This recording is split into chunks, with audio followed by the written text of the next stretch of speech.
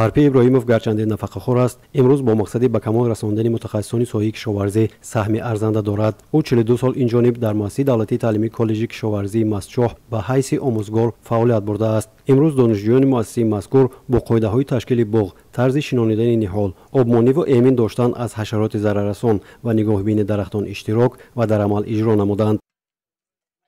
در ساحه کشاورزی اساساً سه چیز اساسی است: معیار، صفت، بعد مهلت.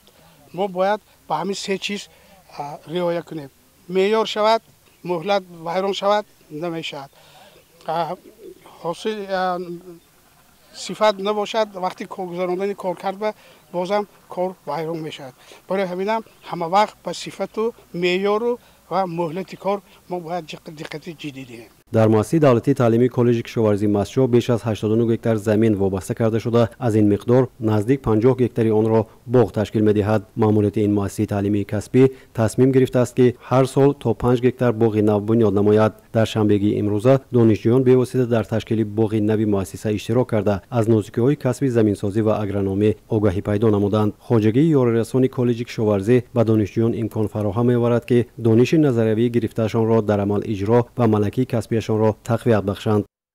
ما حالا در زمینه‌های کالج کشاورزی 5 گکتار گندم با دستگیری وزارت کشاورزی جمهوری تاجیکستان گندم از جمهوری فدراسیون روسیه دستگیری کردن آوردن کشتیم. من گندم به درجه خوب گندم نشو کرده است. این سال که سال یکم است ما کشتکاری گندم نو انک بنیاد کردیم در مؤسسه. سال می اومدگی خدا خواهد حاصل که نقص شود مقدار گکتارش 5 گکتار که باشه حدود 10 گکتار میکنیم. 2 گکتار دیگر کارتشکا کشتیم و نقشه کردیم با دستگیری وزارت کشاورزی دایره 20 گکتار زمین تخمی چیگیت بلند صفت تخمی الیتا دستگیری میکنم. خدا خواهد به هر یک گکتار 650 کیلوگرم دارو روی مینرالی دستگیری میکنم. خدا خواهد نصیب باشد کشتکار سر میکنیم.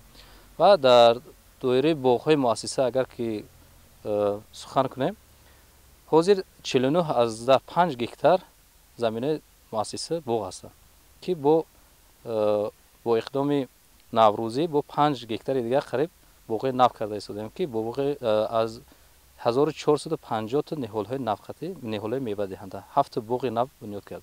سال جاری ماموریت مؤسسه دولتی تعلیمی کالج کشاورزی مستچوح در حدود 2 گکتار کشتی کارتوشکا گذرانده و نقشه دارد که در میدان 60 گکتار پنبه دانه، 10 گکتار گندم بهاری و 1 گکتار پیاز کشت نماید.